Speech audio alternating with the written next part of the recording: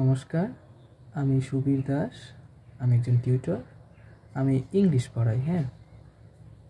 তা এই পড়ানোর পারপাসে অনেক সিচুয়েশান, অনেক অনেক প্রবলেম আসে আমাদের সামনে। তো আমার মতো যারা আপনারা টিউশন পড়ান, আপনাদের ডেইলি লাইফে অনেক রকম ডিফিকাল্টিস আসে।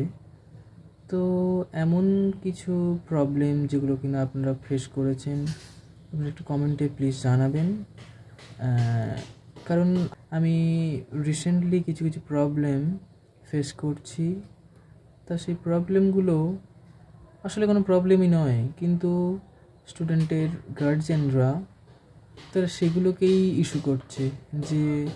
যেমন ধরুন, একটা স্টুডেন্টের মা হঠাৎ করে একদিন তিনি বলছেন যে স্যার, এবার থেকে ওকে পড়ানোর সময় বাংলায় বলবেন না, আপনি কনস্ট্যান্টলি ইংলিশে কথা বলবেন।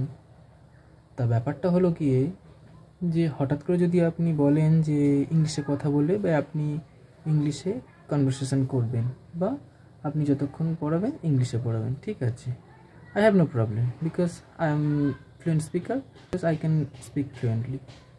সো আমার তো কোনো সমস্যা হবে না। সমস্যা তো হবে আপনার ছেলের, বিকজ সে তো একেবারে নেটিভ স্পিকার নয়, বা তার মাদার টাংও ইংলিশ নয়, বা তার নেটিভ ল্যাঙ্গুয়েজও ইংলিশ নয়। সে ছোটো থেকে বেঙ্গলি বলে অভ্যস্ত। তো দুদিন যদি ইংলিশ মিডিয়ামে পড়ে যদি আমি যদি তার সাথে যদি ফ্লুয়েন্টলি ইংলিশে কথা বলি, ঠিক আছে, বাংলাগুলো বলতে বলতে তবে তো হবে। তা আপনি যদি দুম করে বলে দেন যে স্যার ওর সাথে বাংলা কথা বলবেন না, আপনি কনস্ট্যান্টলি ইংলিশে কথা বলবেন, ওর পরিস্থিতিটা কেমন হয় বুঝতে পারছেন তো।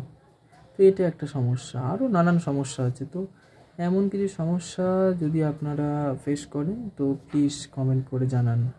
Thank you.